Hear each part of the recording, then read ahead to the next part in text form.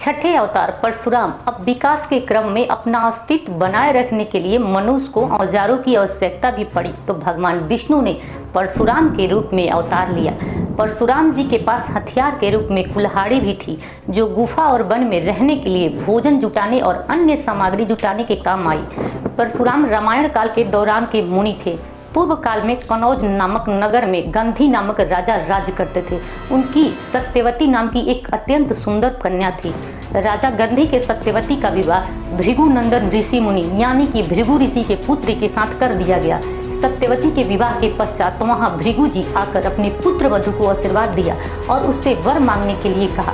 इस पर सत्यवती ने अपने ससुर को प्रसन्न देकर उनसे अपनी माता के लिए एक पुत्र का याचना की।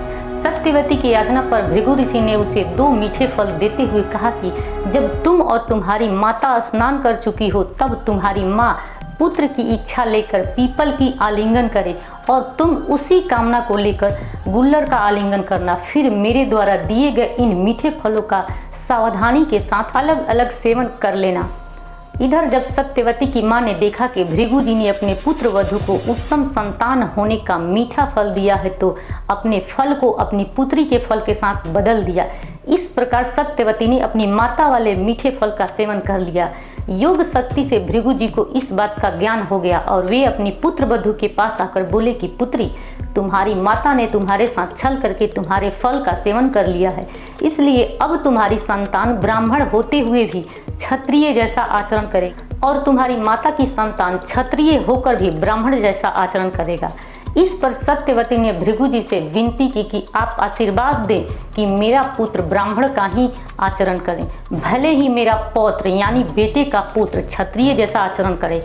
भृगु जी ने प्रसन्न होकर उसकी विनती स्वीकार कर ली। समय आने पर सत्यवती के गर्भ से जमदग्नि का जन्म हुआ।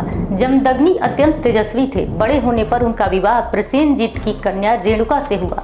रेणुका से उनके 5 पुत्र हुए, जिनमें सबसे लास्ट 5वें पुत्र परशुराम जी थे। एक बार रेणुका नदी में स्नान के लिए गई। संयोग से चित्ररथ भी वहां पर जल क्रीड़ा कर रहा था।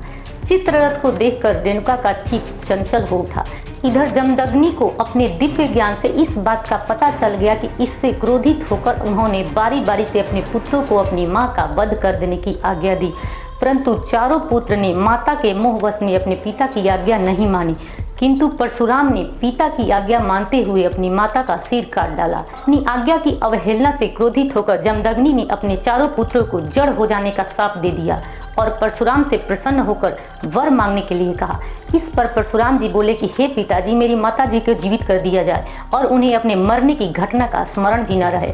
परशुराम जी ने यह भी वर मांगा कि मेरे अन्य चारों भाई भी पुनः चेतन हो जाएं और मैं युद्ध में किसी से परास्त न हूँ, दीर्घायु भी रहूं। जमदग्नि जी ने परशुराम जी को उनके मांगे वर दे दिया। इस घटना के कुछ काल पश्चात एक दिन जमदग्नि ऋषि के आश्रम में कार्तवीर्य अर्जुन नामक एक राजा आए। जमदग्नि मुनि ने कामधेनु गौ की सहायता से कार्तवीर्य अर्जुन का बहुत आदर सत्कार किया। कामधेनु गौ की विशेषताएं देखकर कार्तवीर्य अर्जुन ने जमदग्नि से कामधेनु गौ की मांग की, किंतु जमदग्नि ने अपने कामधेनु गौ को देना स्वीकार नहीं किया। इस पर कार्तवीर्य अर्जुन ने क्रोध में आकर जमदग्नि ऋषि का वध कर दिया। कामधेनु गौ को अपने साथ ले जाने लगा, किंतु कामधेनु गौ तत्काल कर्तव्यवीर अर्जुन के हाथ से छूटकर स्वर्ग चली गई और कर्तव्यवीर अर्जुन को बिना कामधेनु को गौ के वापस लौटना पड़ा। इस घटना के समय वहां पर परशुराम जी उपस्थित नहीं थे। जब परशुराम जी वहां पर आए तो उनकी माता छाती पीट पीट कर विलाप कर रही थी। अपने पिता के आश्रम की दुर्दशा देखकर और अपनी माता के दुख भरे विलाप सुनकर परशुराम जी ने इस पृथ्वी पर से है वंश के क्षत्रिय के संहार करने की शपथ ले ली। पिता का अंतिम संस्कार करने के पश्चात परशुराम जी ने कार्तवीर्य अर्जुन से युद्ध करके उसका वध कर दिया। उसके बाद उन्होंने है वंश का क्षत्रिय को 21 बार इस पृथ्वी से सफाया कर दिया और उनके रक्त से समंत पंचक क्षेत्र में 5 सरोवर भर दिए। अंत में महर्षि ऋचिक ने प्रकट होकर परशुराम को ऐसा घोर कृत्य करने से रोक दिया। तब परशुराम जी महेंद्र पर्वत पर तप करने हेतु चले गए। ऐसा बताया गया है कि भगवान परशुराम चिरंजीवी हैं तथा भगवान परशुराम का कर्तव्य केवल अपने समय काल तक का ही नहीं था, अपितु उनकी भूमिका भगवान विष्णु के 7वें अवतार श्री राम के समय और 8वें अवतार श्री कृष्ण के भी समय रही है। इसी के साथ उनकी भूमिका भगवान विष्णु के अंतिम अवतार कल्कि अवतार को भी शिक्षा देने और अस्त्र शस्त्र चलाने की विद्या देने की होगी। भगवान कल्कि को संपूर्ण ज्ञान देने के बाद भगवान परशुराम का कर्तव्य पूर्ण हो जाएगा और वे इस मृत्यु लोक को छोड़कर श्री हरि में समा जाएंगे। तो दोस्तों, यह कहानी अच्छी लगी हो तो इस वीडियो को फेसबुक, ट्विटर, व्हाट्सएप आदि पर अपने दोस्तों को शेयर करें।